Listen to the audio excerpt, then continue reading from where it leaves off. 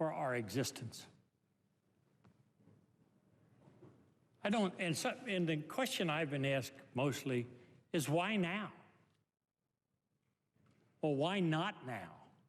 What better time for it? All right, now here's Mitch McConnell. He came out today to talk about something he really didn't want to talk about, which was this, but he was asked nonetheless, and he made this comment.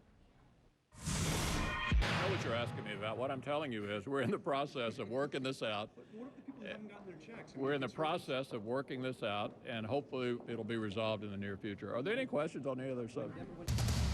You always know a politician doesn't want to be talking about something when he's asking if there's any other questions on another subject. Dr. Rand Paul, what's your take on this? Look, 400,000 Americans apparently could be affected by this if they stall it anymore. You agree with Pitcher Bunning, right?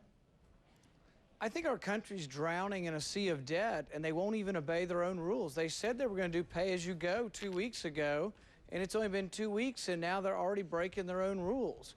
We have the money already spent in the stimulus package. I say we take $10 billion out of the stimulus package. Let's don't go further in debt as a country. But a lot of folks will look at this and say, look, of all the things where you want to delay and decide that you don't want to spend on, I mean, this really affects people right in the pocketbook. Hundreds of thousands of people potentially, after all the money that we've wasted and thrown away on other things. This is where we're gonna draw the line.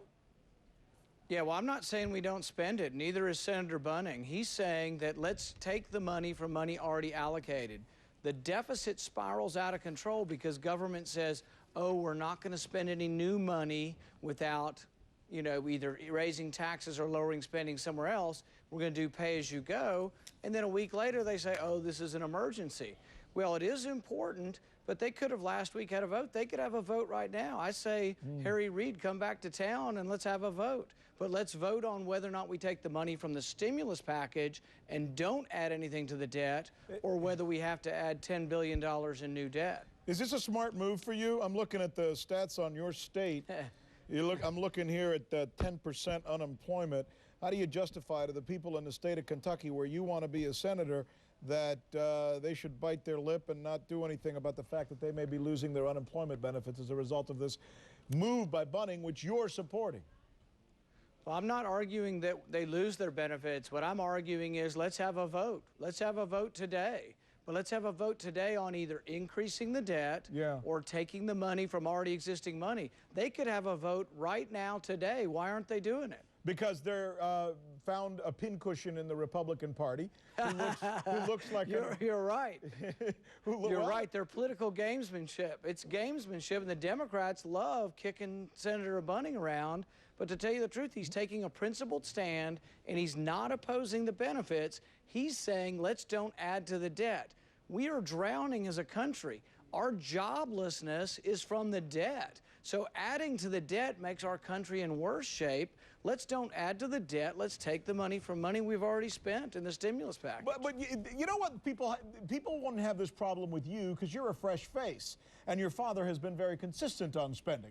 But in Senator Bunning's case, and I think you can understand this from the left, and he's being criticized, by the way, as much from the right as he is from the left, but you can understand the folks on the left side. If you were so serious about making sure that our country didn't spend too much, then why'd you go along with the Bush tax cuts? Why'd you go along with borrowing all this money from the Chinese and the Brazilians and the Indians for tens of 20 years to have the war in Iraq, for example? Well, you're right. I mean, the American people and the Tea Party movement don't like hypocrisy on either side of the aisle, and we did. As Republicans, we doubled the debt from $5 to $10 trillion. But I say it in every Republican picnic I go to, every Lincoln Day dinner, I say, look, we didn't do a very good job, but it's not that we just give up, it's that we try to do better and we try to regain our believability as fiscal conservatives. But it really should be pay-as-you-go. The Democrats wanted pay-as-you-go, and now they're not abiding by their own rules. Do you agree with your father? Every time I speak to your dad, he says that one of the biggest mistakes we've made in this country is that we keep thinking we got to go around taking care of everybody else's business. We should stop this empire-building business, your dad's direct quote, and start worrying about Americans. You agree with that? Well, I think what we have to do is we have to admit first that we're out of money, and we have to then decide where's our priority. I think what we have to do is we have to decide what is in our national security and what is not. And that's gonna be difficult decisions somewhere along the road.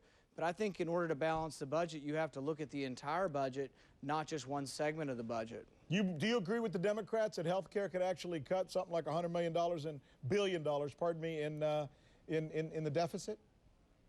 No, I think when you talk about a government program, a new $1 trillion program, and you say we're going to collect all this money through waste and fraud and efficiency, I say show me the first government program that ever came in under budget.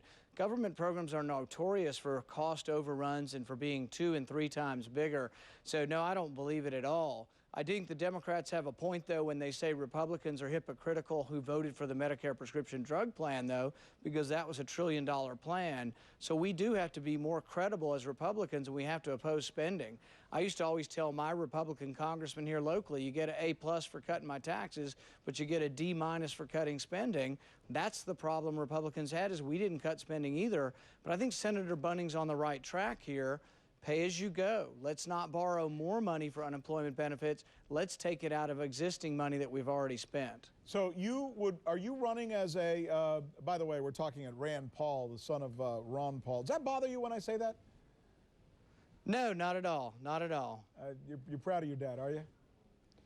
Very much so. I think the neat thing about my dad is that his vote is not for sale or rent. People may not always agree with him, but they know that he's not for sale. And so many of our congressmen, I mean, we had a prominent senator in this health care bill that basically, I think, sold his soul for a $100 billion special privilege. A lot of that them. was clearly unconstitutional for his state. A lot of them on both. Can you do me a favor? I know you're having a tough time with your earpiece. I want to ask you just a few more questions. We'll take a break. We'll get that fixed, and we'll come back. First time we've had you on. All right, thanks. I think people are interested in what you have to say. Dr. Rand Paul, the son of Ron Paul, he's joining us, going through a couple more issues here, and we're going to be right back. Stay right there, folks. We'll be right back.